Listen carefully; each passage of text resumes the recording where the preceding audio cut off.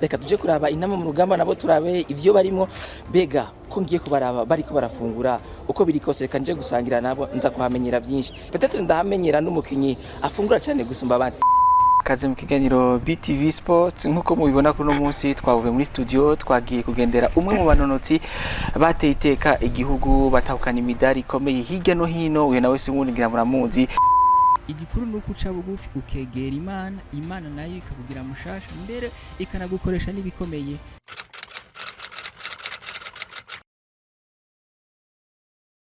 Ego murakoze cyane, je nitwa Elvis Iradukunda nkaba ndumumenyesha makuru ndabimazemo imyaka myinshi, ariko cyane cyane iyo myaka myinshi nayimaze mu gisata c'inkino nkora n'ibindi bitandukanye.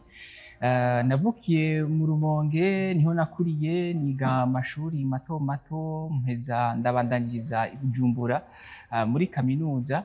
Mugabo novuga yuko kubijanye n'inkino vyatanguye nkiri muto, niho vyatanguye kuza muri jewe nkiri umwana mutoyi.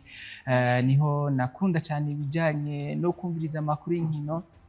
Ndibuka yuko nko ku minsi ya gatanu naba ndyohewe cyane kugira ngo kubera ko nabanzi yuko mpava numviriza mwijoro ikiganiro c'inkino ca Tarcisse Tungabose nkumva ndaryohewe cyane, nkabanzi misi yose yuko kwa gatanu ntegereza kuba niteguye n'akaradio kanje kumviriza ico kiganiro. Uyo munsi wose ukirirwa ari umunsi umeze neza cyane kuri jewe. Hampande y'ivyo yo kumviriza ibiganiro narakurikirana cyane n'ibijanye n'inkino ku mpande zose. Muribuka mu myaka ya 2000 mu ntango harasohoka utujojo turimo abakinyi, icyumba canje cyari cyuzuyemo abo bakinyi narabamanitse hirya no hino. Kumbure Imana yari kirantegura ku gikorwa nzokora mu minsi iri imbere, kubera ko abo bakinyi nabamenye nkiri muto ntaranatangura no kubabona muri televiziyo. Eka mbere no kuri basketball narasoma amajuro wawusanga harimwo abakinyi benshi ba Chicago, ba Michael Jordan, abitwa ba Pippen, abo natanguye kubasoma ntaranababona bakina no muri televiziyo. Rero ndahava ndabibandanya. Mbere hampande y'ivyo narakina n'umupira w'amaguru, na cyane nakunda umupira w'amaguru. Niwo nakunda gose kujya umupira w'ikibangano abana bose bakina je narawukina. Hanyuma ndahava ndunguruza no kuri stade ndakina mu cicaro ca gatatu. Aho nakina mu cicaro ca gatatu mu mugwi wa Diable Rouge, nakina hagati ku nimero 8. Mbere abatari bake barantazira ngo kaka bivanye n'ingene navyifatamwo, na cyane cyane mu gutanga imipira ivamwo ibitsindo. Ndibuka ari umupira natanze uvamwo igitsindo ntuzokwigera ndawibagira, ari umupira mwiza cyane. Ivyo rero ndabibandanya mpava ndabandanyiriza no kuri kaminuza.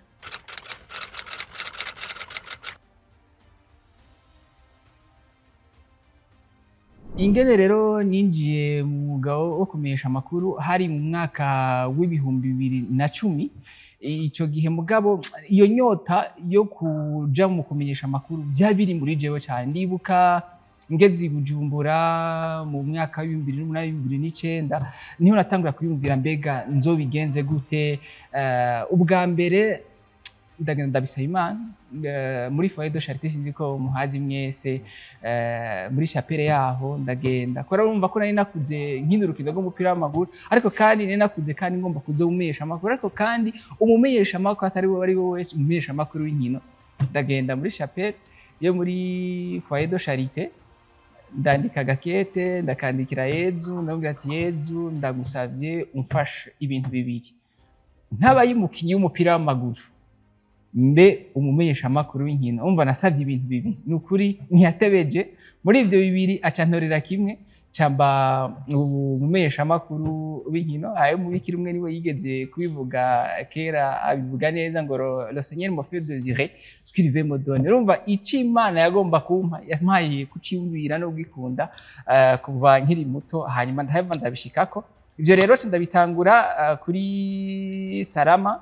Nari muri kaminuza mu ya mbere, mpejeje mu ya mbere baca bafata bati abanyeshuri ba distance reka tubahe stage baje gukora stage muri Salama. Niho rero muri 2010 naca ntanguye stage kuri Radio Salama, byari ibintu bimeze neza cyane, ndakora ibintu byinshi, natanguriye muri redaction, mugabo ndi muri redaction ndasaba ati mumfashe nzokora ikiganiro cy'iwanje c'inkino, niho rero bampa ikiganiro c'inkino kwa Mungu gihe cy'isaha 10 cyitwa Sunday Sports, mu nyuma ndakora na Monday Sports, ndabandanya n'ibindi. Aho hantu harambera umugisha bikomeye, ndahanezererwa cyane, ndakora ibiganiro by'inkino, ndavuga amakuru ndi ku radio nyene. Mugabo umunsi umwe ndiko ndategura ikiganiro canje c'inkino aho nyene ku radio, niho Rukara sinzi ko mumwibuka, Honorable Rukara yahavuye yitaba Imana imwakira mu bwami bwayo.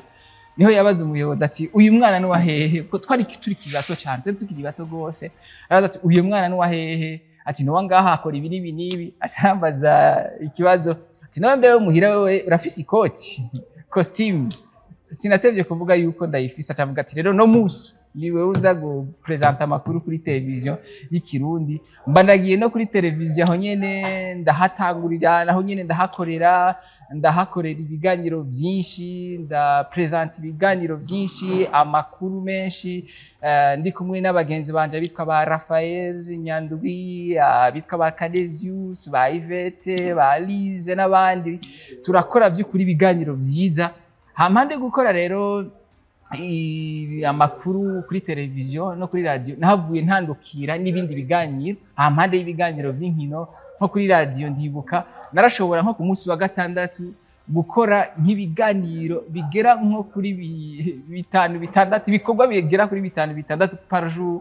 Ndibuka ndaguhaye nka programme nko ku munsi wa gatandatu naratangurira nk'ibiganiro cy'ibikorwa rusangi, cyo biganiro giheze nkaja mu kiganiro ca Tasha inshuti n'abagenzi, Tasha inshuti n'abagenzi giheze nkaca mvuga amakuru kuri radio, mvuye kuvuga amakuru kuri radio nkaja kuvuga amakuru kuri televiziyo, nkaca ngaruka kuri radio nkakora ikiganiro bita Tellers, navuga ubuzima bw'abantu ba Gandhi n'abandi, nkaca nsubira kandi nkakora ikiganiro cyitwa Ikore mu Gahogo, aho nyene ku radio, ikiganiro c'aba artiste naco nyene cagira promotion y'amatara y'aba artiste, naco nyene narabigikoze. Nkaca nkora ibintu byinshi, nkataka umugoroba ndushe ku mubiri, mugabo ndyohewe ku mutima bivanye n'ibikorwa naba nakoze. Eka mbere no kuri televiziyo naho nyene narakoreye ibiganiro byinshi, ibiganiro bya sport, nk'iganiro ca Salama Sport abantu bakunda gose, caba ku munsi wa gatanu. Abantu baragikunda gose, twarabagize bako ryo kwakira bamwe mu bantu bakomeye. Ico gihe umushikiranganje Jean-Jacques Nyenimigabo niwe yari umushikiranganje, araza mu kiganiro, uri umwana muto kwakira umushikiranganje. Byari ibintu biryoshe, byari ibintu byaduteye iteka kandi biradutera intege. Bari Byansekera n'abandi benshi batandukanye. Turahava mbere turanazana n'akantu kabirya muri ico kiganiro. Cyari kiganiro mu nyuma twavuye tuja ku yindi niveau, tugira ikiganiro cha feedback, ni kuvuga ikiganiro caraba live, twagira ikiganiro kiri enregistré, twagira ikiganiro kiri live aho abantu bariko barakora muhira bashobora no kugutelefona hakaba feedback. Byari ibintu biryoshe muri iyo myaka, n'ibintu bitari bimenyerewe. Nibaza yuko ari natwe ico gihe twarabitanguje. Hanyuma haraza n'ikindi kiganiro naco nyene naragikora aho nyene kuri Salama televiziyo kwa Mungira, batari bake baracibuka, cyitwa Ikore mu Gahogo. Twakira abaririmbyi, byari ibintu biryoshe cyane. Abaririmbyi bakaza mu kiganiro, tukeshanje abantu badukurikirana bakababaza ibibazo. Byari ibintu bimeze neza cyane. Novuga yuko aho kuri Salama narahagiriye ibihe byiza cyane. Mbere nshimira nabo twabanye hamwe, na cyane mbere n'abadufashije kuduha iyo opportunity, kuko nkuko nabibabwiye Ombudsman Honorable Mohamed Rukara yaradufasha cyane, yaratwakadra. Ndibuka rimwe na rimwe yaranatubwiye ngo tuvuge amakuru ku mutwe. Iyo ndabyibutse no munsi ndatwenga.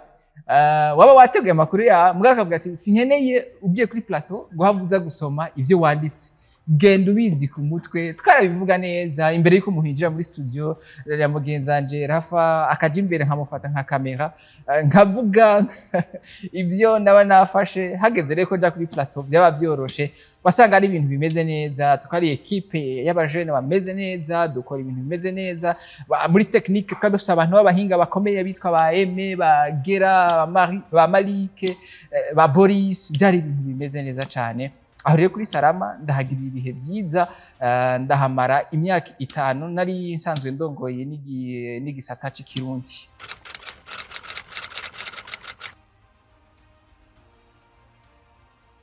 Umwuga wo kumenyesha amakuru ni umwuga mwiza cyane, ni umwuga mwiza rwose washize en contact n'abantu utuma mbere umuntu amenyana n'abandi benshi bituma mbere umuntu yugurura imiryango myinshi. Ni umwuga mwiza ugushira hampande y'abantu ugaheza mbere abo bantu mukabana mu bihe byiza mbere muri ya makuru uri kurashikiriza ukababera ugutwi ukababera ijisho ukabashikira badashoboye gushika ukabashikiriza ibyo batoshoboye gushikira mugabo byose ukabikora mu nyungu yabo muri rusangi cyo bita intérêt public kugira ngo byose bibandanye bigenda neza. Mbere sinagarukirije aho nyene kuri Salama kuko mvuye aho kuri Salama naraciye nja kuri Buja FM. Aho rero kuri Buja FM nahashitse neza na neza kuko Salama nahabaye mu 2010 gushika mu 2015 mu ntango rero cambandaniza kuri Buja FM.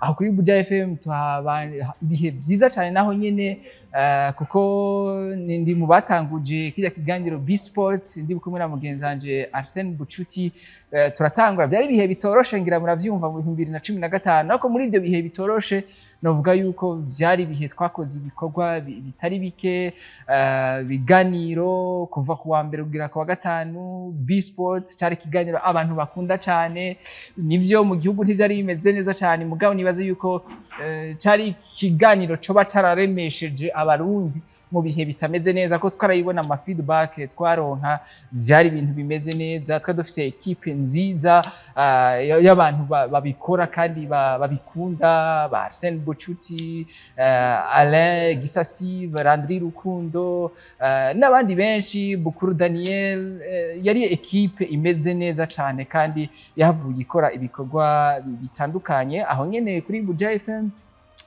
nari n'umuyobozi guhera mu 2017 nari n'umuyobozi w'ibiganiro novuga yuko byari ibintu bimeze neza. Ndibuka Burundi buhejeje kuronka qualification mu 2019 hari igenekezo rya 2023 kwezi kwa gatatu abantu baje guhimbariza qualification y'intamba mu rugamba kuri Buja FM. Twavuye kuri stade ko turatangaza match duja kuri ku kazi kandi muri studio abantu ntitwamenye nyene badukurikiye mu kigo ca Buja FM wari umunezero amenga nitwe dutwaye nitwe twafashije intamba mu rugamba gutwara iyo kuronka iyo qualification mugabo mu nyuma nahavwe ndabitahura barazirikanye baratahura bikomeye uruhara twagize mu gufasha guhimiriza eka mbere no mu bindi mu gukundisha abantu inkino byari ibintu bimeze neza cyane mu gutangaza ama match byari ibintu biteye igomwe. Hampande y'ivyo aho nyene mu 2019 candaronka amahigwe yari amahigwe adasanzwe yo guherekeza intamba mu rugamba ratangwe kurikirikirana tukiri hano mu gihugu cyacu cy'u Burundi ndabakurikirana gushika tuje mu Misiri turamarana iminsi bari Alexandrie tugarutse i Cairo byari ibintu bimeze neza.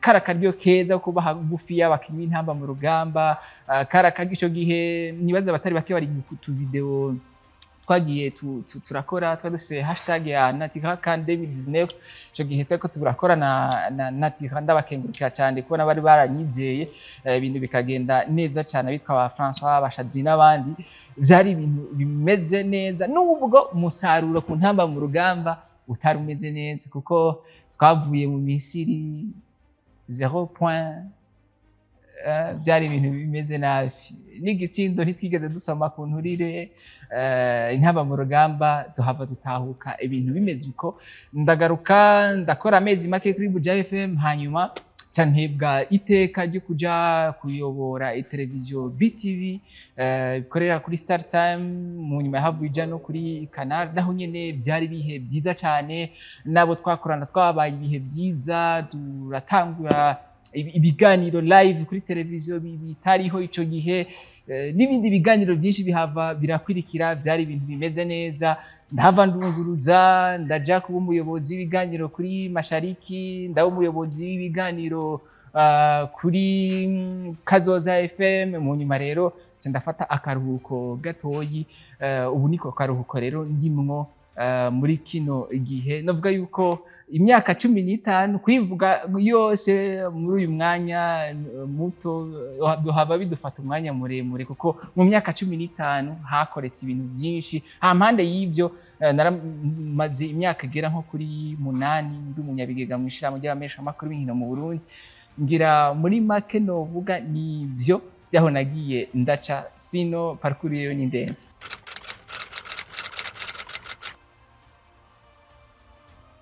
Ngira abatari bake ico kibazo barakunda kucibaza, kuki mwavuye kuri Buja FM.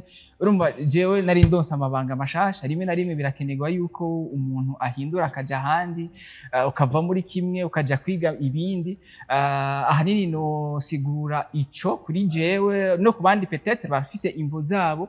Kimwe gusa nogaruka kuri abo bantu baruhereje kuvuga. Yari equipe imeze neza cyane, yari equipe yubatse ku mpande zose, bari abasore bakiri bato bahuriye ku kintu kimwe cyari kibahujije, urukundo rwo gukunda inkino. Ariko kandi ikindi kintu nababona nuko bari abantu badashira imbere kumenyekana, ahubwo kumenyekana vyaje bikurikira ibikorwa vyabo. Iyo niyo kalite ya mbere, bari bafise ukwicisha bugufi.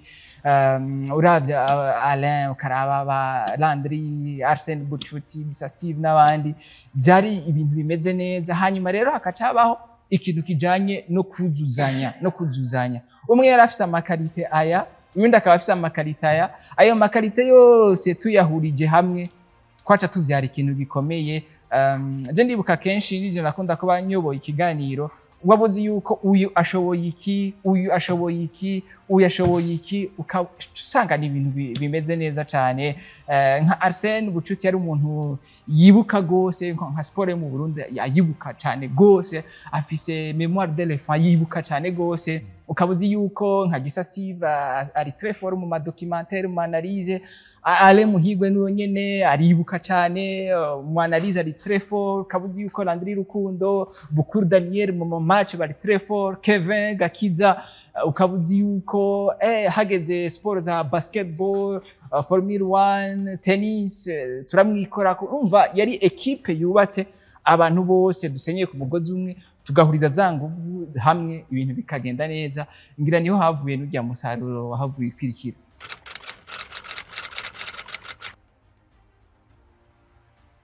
Umumenyesha makuru w'inkino, ikintu ca mbere nuko abakunda ivyo bintu akora. Ugiye kumenyesha makuru y'inkino udakunda ibijanye n'inkino ntavyo woshobora, kuko ntibigarukira muri studio nyene. Kuko nimba ugiye kumenyesha makuru bikagarukira muri studio, umuntu akumviriza jo bukeye arakumva. Nakazi ukora amasaha 28 kuri 28, uri muhira gukurikirana ama match kuri stade, habaye ugakurikirana ama match, uri ku gitanda mbega uraba iki muri telefone yiwawe, hari amasite ugendera naye. Ni ukuvuga gukunda ivyo bintu ukora, ukabikunda, ukabiherezamwo umutima, ukabirondera, hanyuma ugakundana baba atlete kugira ngo ushobore kurondera amakuru yabo no kumenya ingendo urondera ayo makuru.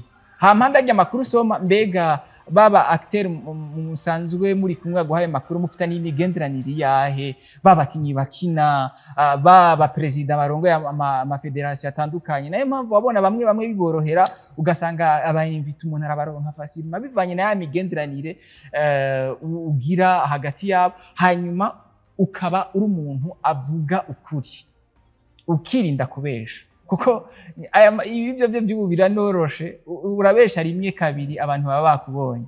Ukirinda kubesha, ukirinda kuvuga amakuru y'ibinyoma, kuko hari igihe ugomba kurondera kuvuga amakuru y'ibinyoma kugira ngo abantu bagukunde. Oya, vuga ukuri, ibisigaye bizokurikira. Hanyuma wirinde kugagamisha inkuru. hari usanga inkuru ukayigagamisha kugira ngo urondere, hari biharawe cyane buzz, ngo abantu bakuvuge ngo wavuze ikintu, ugasanga wavuze ibintu bitari byo kugira ngo urondere ayo buzz. Wanashaka ayo buzz urashaka kuyaronka, mugabo bimara umwanya urumara. Ni vyiza kugwanira ukuri, kugwanira kuvuga ibintu biri ku murongo kugira ngo ibintu bibandanye bigenda neza.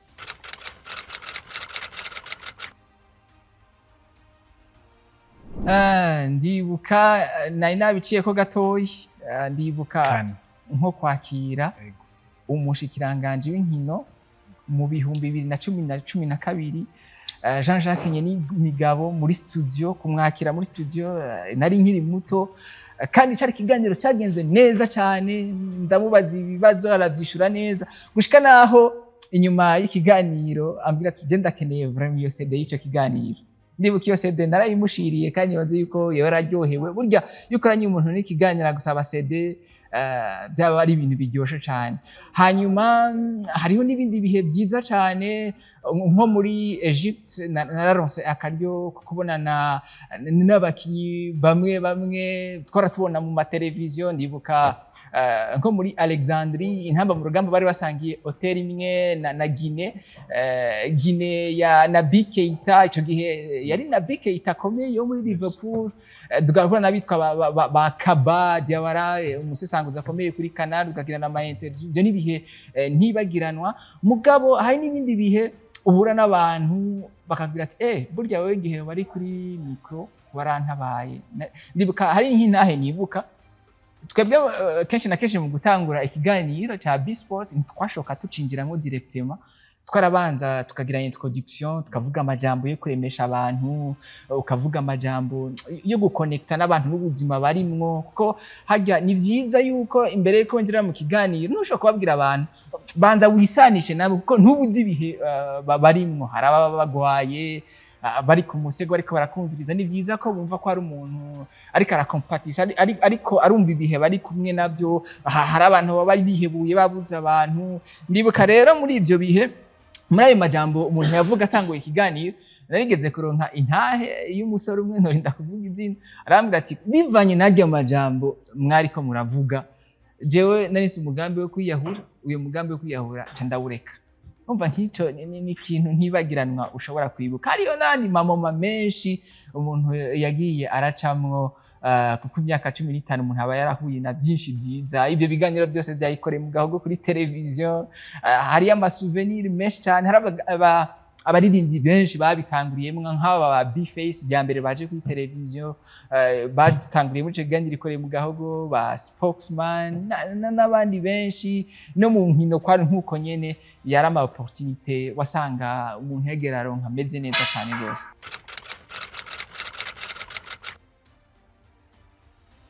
Zirahari na nyinshi, ko nakubwiye yuko jewe nabitanguye nk'umuntu abikunda gose. Rero muri uko kubikunda wacu ugomba gutanga ibintu byinshi. Muri uko gutanga ibintu byinshi wasanga utabifitiye uburyo. Je ndibuka nkora nk'icyo kiganiro ca Salama Sports kuri televiziyo, kenshi na kenshi n'amasanamu nije nayifatira mu gakamera gatoyi, hanyuma mugenzanje Aime akamfasha kuyatunganya neza. Ndibuka ni kenshi nataha n'amaguru, mvuye gufata ayo masanamu ugataha n'amaguru, mugabo ukaburyohewe yuko wayafashe. Hanyuma no kugira nk'amafaranga umuntu yatanguye ahembwa ibihumbi 200, ugasanga sinoyite ko agahemba yari amafaranga ashobora kugufasha. Urumva waragira ibintu byinshi ukeneye, mugabo ugasanga ntushoboye kubironka. Mugabo kuri rwa rukundo wari ubifiti, ugasanga urabikoze mu buryo bumeze neza, ntihagire n'abantu babimenye yuko ibyo bintu uri kurahura navyo. Hanyuma ikindi naco, burya n'amakuru nka actualité nationale byari byoroshe cyane. Nk'ubu muri kino gihe uja kuri site kanaka ugasanga birahari. Kera udashitse ku kibuga nka actualité nationale byari bigoye yuko ushobora kuyironka. Ndibuka nka football gira turonka ama resultat, twakunda uwitwa Patrick Sota niwe yadufasha cyane. Kwa Patrick Sota atakintu yashizeko kuri site yiwe byaba bigoye. Ubu resultat uyironka ubwo nyene, zari muri izo ntambamyi biri muri ubwo buryo mugabo byari ibintu bimeze neza muri rusange.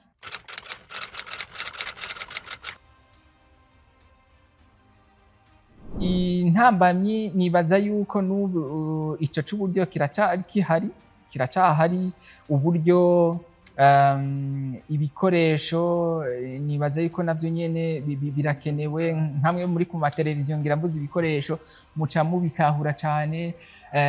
Hanyuma yindi ntambamyi ni ukutagomba kurondera ubumenyi cane kuko hari ubumenyi umuntu akura mu ishuri muga hari n'ubundi bumenyi umuntu akura ku babamukuriye n'ivyo nyene irashobora kuba intambamyi mu gihe utagomvye kuburondera cane canke ngo ushakishe mu nzira zose zishoboka wegere abagukuriye bagufashe kuri kina kiriya intambamyi ntizobura.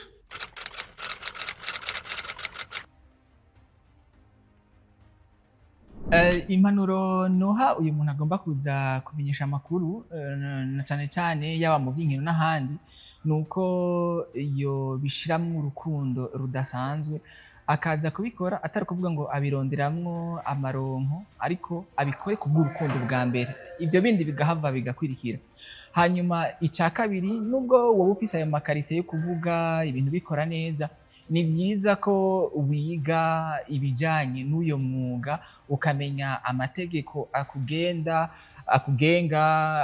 ethique deontologie code ethique deontologie kugira ngo ejo canke hirya y'ejo ntuzohava usanga waguye mu makosa yohava agutuma ibintu vyawe bitagenda neza. Hanyuma ukiga no kwigira ku bakubanje imbere ukamurondera kugomba bishasha kumenya bishasha ntushike muri zone de confort ngo usange ngo ukuza umwaka umwe imyaka 2 imyaka 5 imyaka 10 no kubwira yuko no ku myaka 15 ubandanya wiga kugira ngo byose bibandanye bigenda neza.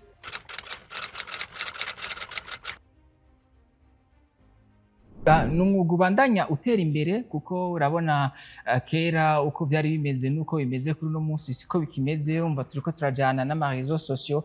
Nibaza yuko ari umwuga uzobandanya utera imbere mugabo abantu bawukora batabaye magabo uzosanga tuzohava dusanga twarataye ka karangamutima kuko kuri uno munsi ntameze bivuga kare hari ukuntu ko kugomba kurondera ama views umva abantu bose turi kuri YouTube turi ku ma Facebook Instagram aho hantu rero umuntu asanga ari karirukira kurondera yama like yama commentaire rero ugasanga ari karabikora mu buryo budahuye n'amategeko kugira ngo ashobore kubyaza umusaruro yama like canke yama views kuri YouTube ugasanga yataye wa murongo. Ni vyiza ko rero muri iryo terambere turiko turajamwo twoguma tuzirikana ka karangamutima k'umwuga kugira ngo ntiduhave dusanga twarataye tukata umurongo asanga ibintu bimeze nabi. Hari uburyo bwinshi bwo kubikora neza kandi ukabikora mu buryo bumeze neza yama views yama like yaronka kandi ataco wishe.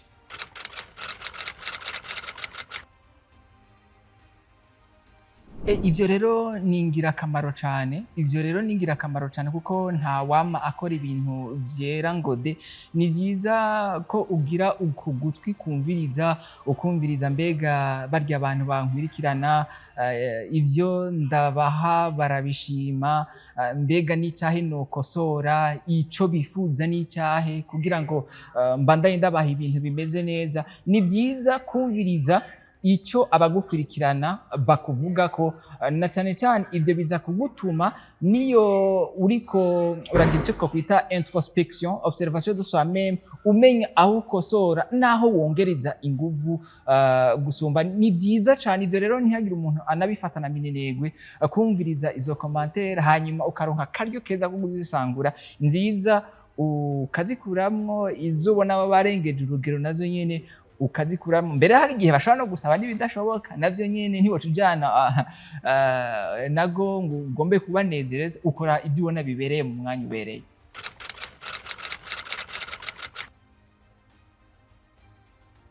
Oya sinibaza yuko nubwo woba uri mu mugambwe kanaka nibwo hari abantu kanaka wobikurikirana ni vyiza yuko ugarda l'impartialité uguma uri neutre uguma uri impartial mu vyo ukora vyose nkuko namye ndabivuga honnêteté ikama iri imbere. Iyo utanguye kugira aho uja usanga ariho bitanguye kugora. Nko kuri uno munsi urashobora gusanga umuntu ni umumenyesha amakuru mugabo yambaye casquette nyinshi. Rero urambaye casquette nuko urambaye inkofera y'umumenyesha amakuru, urambaye inkofera y'umuntu kanaka hariya. Rero iyo ugeze kuri ya micro ni hahandi usanga biko birakugora ukutandukanya y'amakasikete, ugasanga wamaze kugenda ku ruhande. Ni vyiza rero kuguma hahandi nyene, uguma kuri wa murongo ntuje ku ruhande. Nivyo turi muri societe, tubanye n'abantu, hari gishobora gusanga hari abantu mwegeranye gusumba, mugabo wirinde yuko bitwara kuri micro ko vyahava bisanga bigutesheje intumbero.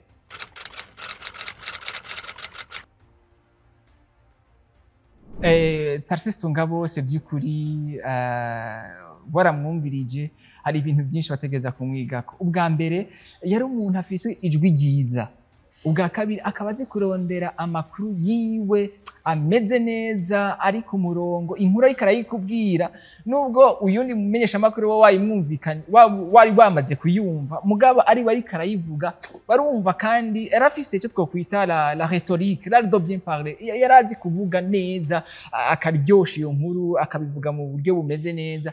Hanyuma ikindi naco warumva ko ari umuntu yasomye gose, yasomye ibitabo, akakubwira ibintu kumva ko ari umuntu abizi neza. Ikindi naco kintu gikomeye mbere novuga yuko rimwe na rimwe kibuze, yarazi kugira playlists y'indirimbo akoresha mu kiganiro. Harya ikiganiro umuntu akora c'isaha amasaha 2 amasaha 3 sivyo umuntu avuga, hari utundi tu ingredients bari turi mu kiganiro, ibindi birungo biri mu kiganiro bishobora gutuma ivyo kiganiro kiryoha cyane mu gihe wabifashemo neza. We yarazi kugira playlist turirimbo twiwe dutonze neza, bituma mbere ibintu bigenda neza, ukumva ko ikiganiro kiri bien. Uyundi muntu nawe nkunda kumviriza, mbere maze imyaka myinshi ndamwumviriza, ni Annie Gasnier, akora ikiganiro Radio Foot International kuri RFI.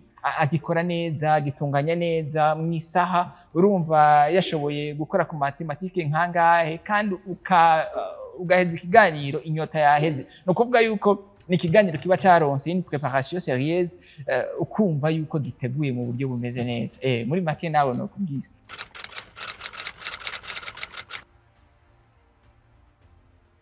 Muri kino gihe hari abasore bariko barabikora neza cyane, no kubwira nk'ubitwa Fefe abikora neza cyane kuri Iteka, abikora neza cyane, no kubwira nka Don Arnaud abikora neza cyane kuri Kazoza FM. No kubwira hari umusore akora kuri Akeza gutya izina ryiwe Kelly nawe nyine ari muri generation bariko baraza babikora neza cyane, n'abandi benshi bariko barafata umurongo kandi babikora mu buryo bwiza rwose.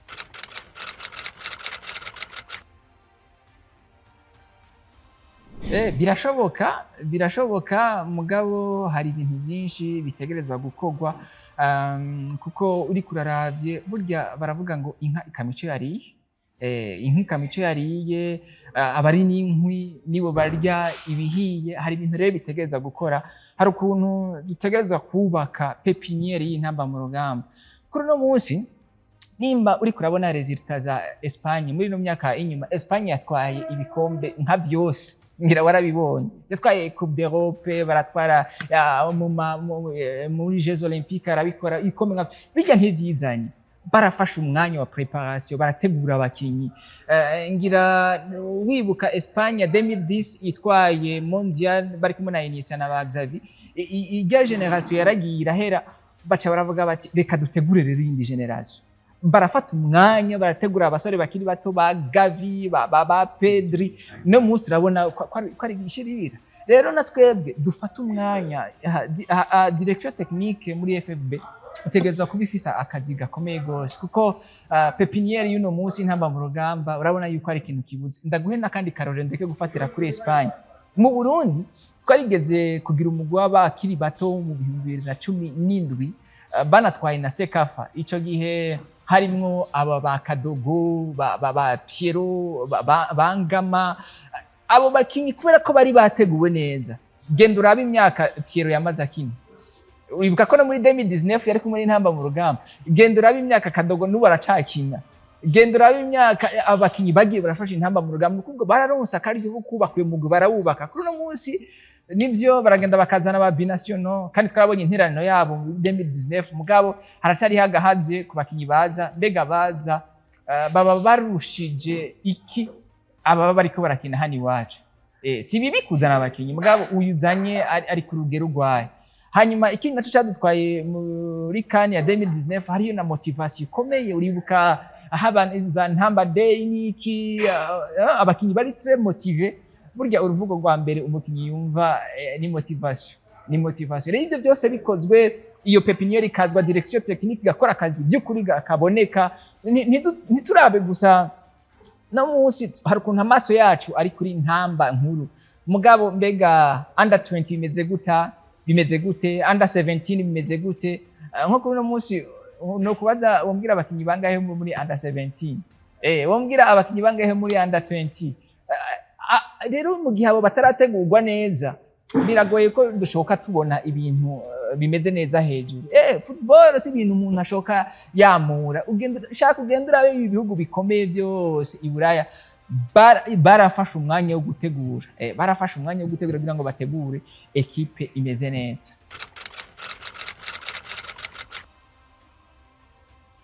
Abakinyi batanu beza mu mupira w'amaguru mu Burundi ni ikibazo kitoroshe mugabo no kubwira yuko nageze kuronka akaryo ko kuvugana na Malik Jabil narakoranye nawe ikiganiro wumvise ivyo yakoze ndabaza n'abandi nivyo sinabonye akina mugabo kubwiwanje novuga yuko c'est le meilleur joueur de tous les temps umupira w'amaguru hano mu gihugu cyacu Burundi yari mukinyi akinisha ukubamfu neza akina umupira mwiza yarigeze no gutsinza igitsinda kuri corner amateka akomeye urazi yuko yanafashije na Vitaro bikomeye muri Coupe des Vainqueurs de coupe muri 1992 bashika muri finale yakoze ibintu bikomeye yari umukinyi afise ibamfu ridasanzwe kubwi wanje ubwo yoja hejuru hanyuma wa kabiri wona naramwiboneye akinya ni Saido ntibazonkiza kubwi wanje no mugira wa kabiri n'umukinyi w'igihangange akomeye ku makufra akomeye muri organisation y'urukino afise vision y'urukino mu buryo budasanzwe na carrière yiwe bikwereka umuntu yakinye Ligue 1 urana ko ari umukinyi akomeye cyane hariho rero n'abandi bakinyi no kubwira nka ba Blaise Karorero abakinyi bagiye barabica bigacika muri ico kibanza ca gatatu no nahashira na Ami Cedric umukinyi yafashije Burundi bikomeye kuja muri CAN muri gitsinda tsinze Gabon umukinyi ari très technique afise elegance iteye ubwoba ari karakindira urukino rw'umupira w'amaguru ameze neza cyane no kubwira kandi abakinyi bagiye barabica bigacika bitwa ba Frederic Nsabiyumva kubwi wanje numwe mu bakinyi nabonye bameze neza bari discipline bakina urukino rwiza mu leader akomeye ni nk'abo bakinyi no kubwira batanu bavuga yuko kubwi wanje ari bo nosha havashira imbere muga hariyo amazina menshi haba ba Valeria n'amazina menshi no kubwira banditse amateka bakomeye hani twagiye mu bakera rwose banditse amateka barabakinyi bibitangaza gose.